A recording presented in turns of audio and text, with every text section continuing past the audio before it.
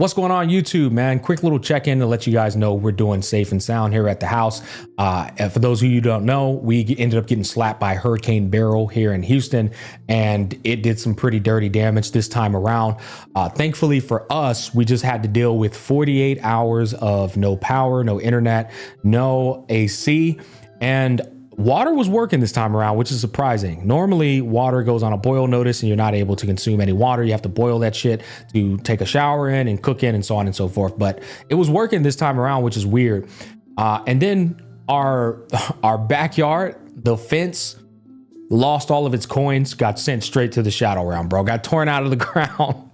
If my neighbor was to come outside to the left or right, my left neighbor or the neighbor behind me, if they would have come outside butt ass naked, I'd witness it 4K HD right now. So, and that's wild to me because like the fence will get torn out of the ground, but my little trash can somehow remained intact. He was standing on business. You know what I'm saying? My freaking furniture out there that doesn't weigh no more than 20 pounds stood on business, bro. Like, how does that work? Anyways, neighborhood wise, trees that I'm sure are older than I am, been around longer than I've been around, were ripped out of the ground. Again, another scenario that's hilarious, right? Like trees that weigh tons ripped out of the ground, laying on all over across the freaking pavement. So many neighborhoods completely flooded, power outages pretty much across the entire city with like select few areas. Coincidentally, their power is still on. I don't know how the hell they managed that. Not because I'm not talking about like generators of certain houses. I'm talking about like a whole entire city center. Their power's operating. I'm like, what kind of pockets they got over there, bro? Other than that, we were safe and sound and blessed to not have like lost the roof off of our house. Cars didn't get thrown around. Like shit can get ugly with some of these hurricanes. Can't say the same for some people. My dad, his power is still out. It's been now over 72 hours. His power is still out. So I'm gonna have to be helping him out. And other people I'm sure are dealing with worse circumstances. Now, getting back to, our experience, it's still like, I'm not going to dismiss our experience just because other people are out there dealing with worse experiences. Our experience is still a shit show. Okay. It's not the same when you have a family. I have a 1.5-year-old daughter. I have a partner and I have 2 dogs. And when it's a hurricane, like it's really nasty outside, but guess what? My dogs, they still have to go to the bathroom. So we take them out to pee and poop, and then we bring them back in, and then they smell like outside. They smell like Frito pie, and our AC ain't working. So now that Frito pie smell is just permeating across the entirety of the household, and I'm sitting here getting a whiff of it 24/7. You try to meditate, you try not to move too much, because each time you move, you start sweating. It gets hotter and hotter in the house. And you looking over at your partner and you seeing the frustration and the pent up anxiety just building up. And then our daughter is completely oblivious to anything that's going around. You know what I'm saying? She's just running around talking about the dino. She likes this dinosaur show she likes to watch. She'll yell out Milkies and Binkies, and she's only worried about, her toys responding back to her or her parents watching her yap and do cartwheels and head spins. Which is honestly a breath of fresh air when you're dealing with a natural disaster. Having somebody in the house who's so innocently ignorant and oblivious to the inconveniences and the burdens and the dangers of the natural disaster. It's like, that's the one thing that's making you go, okay, that's fine. It's not that big of a deal. And in case you're wondering, some context that's pretty important. Usually when this type of thing happens, because it's so stress induced and so anxiety induced, and it's just a shit show in terms of tension, I normally immediately try to book a hotel. I don't care about the price. I do it as fast as possible so that we can go from being in an incredibly stress induced environment to a vacation oriented, stress free environment. And that goes a long way versus you being just sitting inside of that shit show of a situation. I always try to do that. Unfortunately, this time around, no hotels were available. They were all either out of power or fully booked. So we were just forced to weather the storm. Okay, the waves were weathering, unfortunately. Which, by the way, that shit reminds me, going on a little side tangent down memory lane, a little Gacha smack lore. Me and my better half will have been together for 7 years in August of this year. It'll be 7 years. Going back 7 years when I first met her and we were only dating for 1 month. One of the worst hurricanes that ever hit Houston if not the worst hurricane, Hurricane Harvey, forced me and Bubs to live together for 10 days straight within only 1 month of dating one another.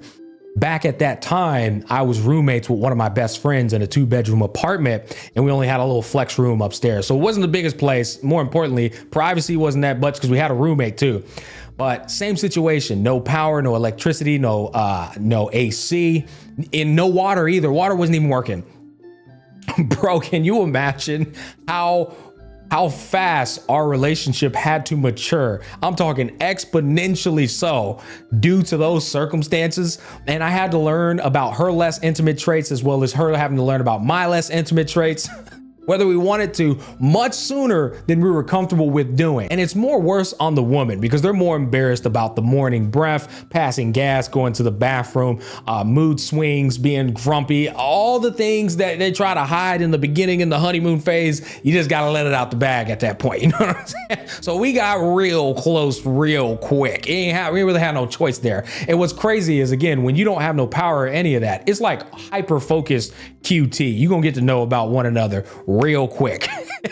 Anyways, it's funny just thinking about that story and then, going back to today, looking back on it in retrospect, I think it was more of a buff. I think it was actually 100% a buff to our relationship. Anyways, I feel like getting back to on topic here, I feel like I missed out on a lot of stuff in that past 5-day period. We had Wuthering Waves do a drip marketing. Jade just released in Honkai Star Rail. Zenless Zone Zero, I still have to complete chapter 2, do a full review and cover the game. I still got so much more to talk about that game, but I do plan to cover it all. I don't care how behind I am. I want to give my thoughts on the drip marketing for the characters in Wuthering Waves. I want to talk about Jade and why I'm probably going to pick her. Actually, I'm 100% picking her up. Y'all know me. I'm a Blade enthusiast. She is a tool that Blade can utilize to make the game more enjoyable with him. I'm picking her up. And then I also want to talk about Zenless Zone Zero. There's still a lot more I want to cover with that. And I just want to take this time right now to say thank you guys so much for having an unwavering support of my content. You guys have been there, whether I cover a game that you used to watch me for, you've stuck around when I cover these other games. You've been there for the controversies. You've been there for me to be an idiot or me to be wise. And I mean, you couldn't ask for anything more as a content creator. And full disclosure, I am getting, access to opportunities and privileges that would not be accessible if not for you guys' unwavering support. Now, listen, it's a two-way street, right? I got my own due diligence and commitment to the craft to thank for as well. Y'all can't be getting all the credit, but I literally would not be able to do any of this stuff if not for y'all. And I'm so fucking thankful. I don't need to wait till I get to 100K subs to tell you guys that. We're at 87,000 here. We got 13,000 left, but you know what? I don't give a damn. We can be at 82. We can be at 92. I just want to say thank you. There's some trips. I can't believe I'm even saying this. There are some trips that I'm potentially going on leading to destinations that have always been dream destinations of mine with developers that have been goated developers in the gaming industry and like a huge impact and inspiration on my life as a content creator and a gamer that I'm going to be meeting, sponsored, paid for. And I'm just like, wow, that's incredible. And I can't go into details too much. We're still in the early stages of talking, but that's one trip that's getting ready to potentially happen. There's another trip that's getting ready to potentially happen. And all of that is thanks to you guys. And I'm just feeling incredibly grateful, blessed. And I want to continue to build upon the craft and reputation that I've established on this channel. As I've always said, I am a work in progress. And what that means is I am constantly trying to improve upon myself. I'm constantly making mistakes along the way, and I'm far from perfect. But the content creation path that I'm striving for is a bit different from everybody else's. I don't want to be one-dimensional. I want to be multi-dimensional and cover many different facets that make up what a content creator is and remain compelling and engaging to my viewer. I don't want to just be a guide maker or a controversial guy or an inspiring guy. I want to be able to adapt to whatever the hell games are coming out while also delivering great lifelong advice that you can take with you on your journey. And when it's all said and done and I'm returned to the dirt, you can say, Gacha Smacks channel or whatever the name change ends up being down the line was a channel that was absolute banger. One hell of a video to say I am back. I look forward to covering all these different gacha games. I look forward to expanding my content horizon into other genres down the line when I've garnered a bigger audience.